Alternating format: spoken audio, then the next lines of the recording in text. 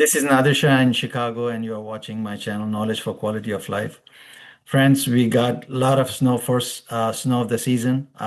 Since yesterday it was snowing, depending on where you are located, we got anywhere from 6 to 12 inches. I hope you all are doing well in this winter season, and all my prayers are with you guys.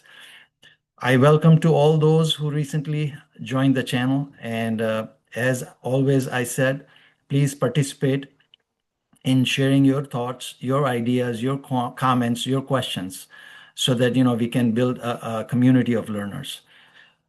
This month, November month, is dedicated as Diabetes Awareness Month. So I thought that I'm going to do a vlog, which I have done in the past, a few vlogs related to insulin resistance, and I have explained quite a bit in detail.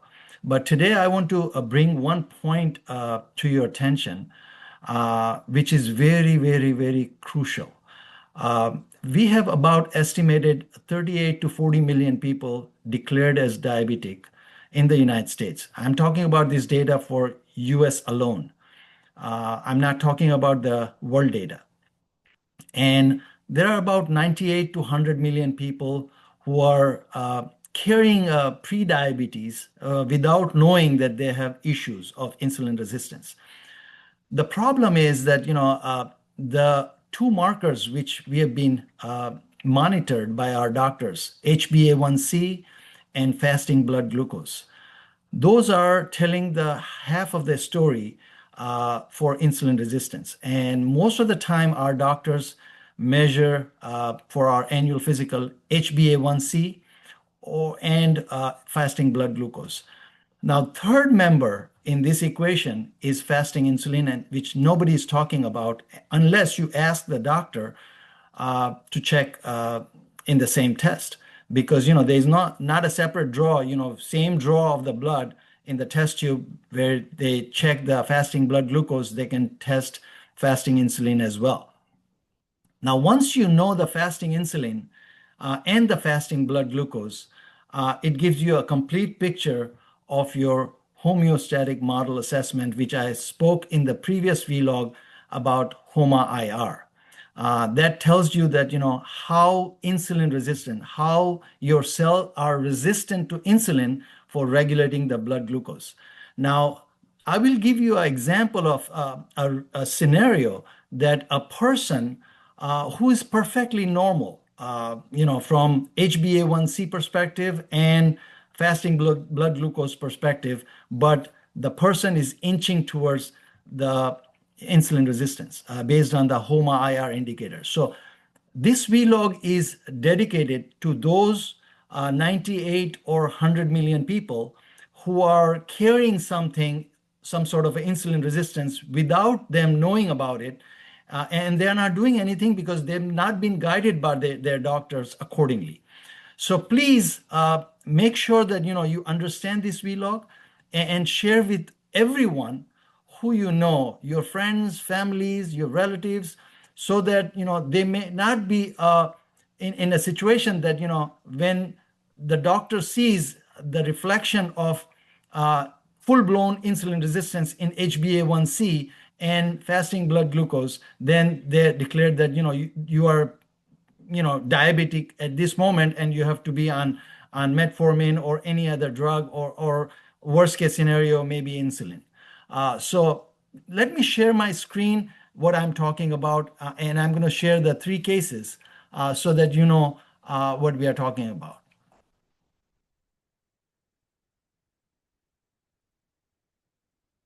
So let's look at case A, when a person is completely normal, and case B, when person is pre-diabetic, and person C is diabetic. Based on these two parameters which I spoke, HbA1c and fasting blood glucose. So person A is HbA1c 5.2. Now these are all English units. So it's US units, which we use in the United States. And fasting blood glucose here is 82. So based on these two numbers, according to the doctor, and in doctor's book, it's perfectly normal, right? Because it's less than 5.8, 5.9, and it's less than 100, so it's good. But when we check, fasting insulin for this person, the HOMA-IR is coming 2.69, and I'm going to talk about what it means. Person B is pre-diabetic, HbA1c is 6.2, which is declared, in the range of pre-diabetes, and fasting blood glucose is 94. So fasting insulin is 22.5, and HOMA-IR you calculate as 5.22. Person C is diabetic, declared diabetic on a treatment for diabetes. HbA1c is 8, fasting blood glucose is 169, fasting insulin is 7.61, HOMA-IR is 3.18. Now, these are the formulas I have included. HOMA-IR equals to, you just take fasting blood glucose, multiply by the fasting insulin, these two numbers here, and divided by 405. Now, if you are working in English unit, like, in the US, you use the number common denominator divided by 405, 405. But if you are using in case international units or metric units, then you have to divide by 22.5. So use the units accordingly, depending on which country you are located in. Now, if you look at it from this perspective, as I said that, in this case, it's perfectly normal from doctor's book, according to that. But, the fasting insulin is 13.3 and 2.69. So where this stands, now this is the HOMA-IR calculation guidelines. So optimally, ideally it should be less than 1. But if somebody is between this range, up to 1.9 is pre-diabetes, and greater than 2.9 is declared as full-blown insulin resistance, or the high diabetic risk is there, right? So person may be inching here towards full-blown diabetes if person doesn't care for insulin going forward. It means that this fasting insulin has to come down. Now, this could be attributed to many things. One of the things we have seen in normal condition, that person is frequent eater. It's not about sweets only. Every time we put something in our mouth, our insulin gets released from the pancreas to nullify the excess glucose in the blood, and so that glucose can go to the cell, and insulin should go back to the pancreas in the beta cells, and that's how it should be normalized. But here, if you see this thing, that it's pre-diabetes, but in this case, fasting insulin is 22.5. Now, based on the HOMA-IR 5.22 factor, it's pretty high risk of diabetes type 2, going forward. So this number, fasting insulin, has to come down, for a better homeostatic model assessment, so that, the cells can be insulin sensitive when there is a need to nullify the excess glucose when it comes into the system, right? So I want you guys to be aware of this concept that, the third element which we are ignoring in the medical community, we are not testing on a daily basis. It needs to be tested, for complete pictures. Let me stop share his screen here. So if you are not checking fasting insulin, you are getting half of the story for your, insulin resistance, where you are standing. So don't wait till your doctor tells you that, you are in the range of diabetes and now you have to take the drug, because, it's completely reversible, because HOMA-IR is going to tell you the story way before your doctor is going to, declare you as a diabetic patient. So make sure you test your fasting insulin. I personally, normal range is considered as less than 10. I personally like to be less than 5. When I started this journey about 9 years ago, my fasting insulin was 7. And with careful lifestyle modifications, which I have shared in many vlogs, I brought it down to 3. So I'm standing under 3 right now. And my HOMA-IR is less than 1, around 0.6. 0.6 and zero point 0.7 in between. It hovers between 0.6 and 0.7.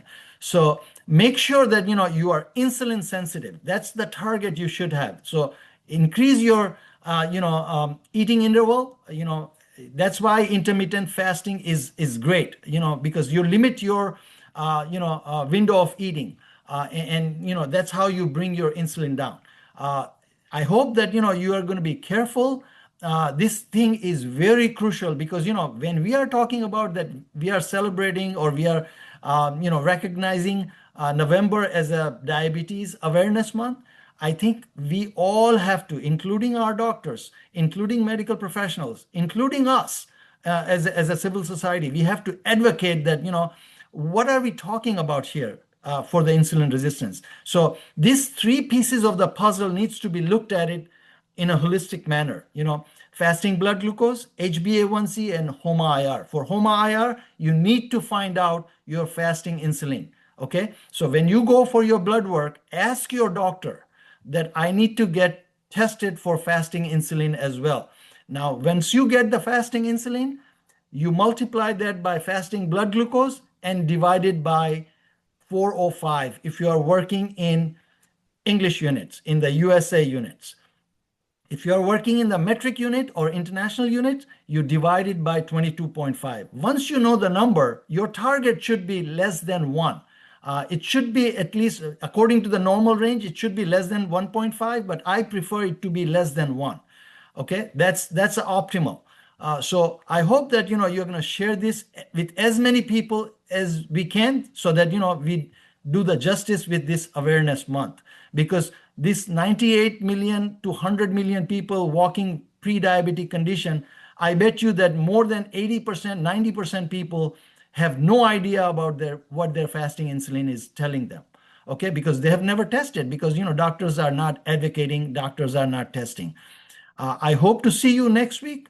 And I apologize that last week I couldn't do the vlog because I was catching up with a lot of things after coming back from vacation, and I didn't get enough time to do the vlog. I hope that you'll forgive me, and next time I will be more regular. Thank you.